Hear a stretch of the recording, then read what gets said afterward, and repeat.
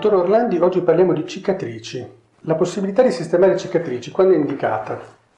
Le cicatrici sono degli esiti o traumatici o chirurgici che sono diversi da soggetto a soggetto e oggi abbiamo la possibilità con l'utilizzo dei laser ablativi e non ablativi di trattarle migliorandone l'aspetto.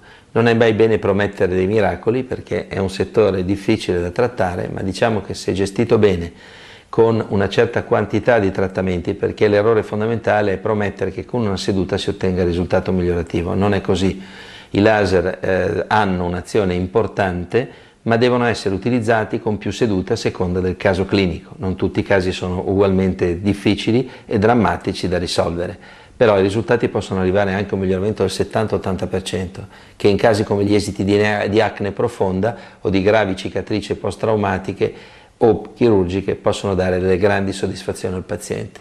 Prima ci ha parlato di due sistemi che sono utilizzati per risolvere questo problema delle cicatrici. Ce li può spiegare meglio? Il laser ablativo è un laser che ustiona la pelle, quindi vaporizza la superficie cutanea provocando una rigenerazione del tessuto sottostante, però attraverso un danno termico mirato che comporta qualche giorno ovviamente di non presentabilità del paziente.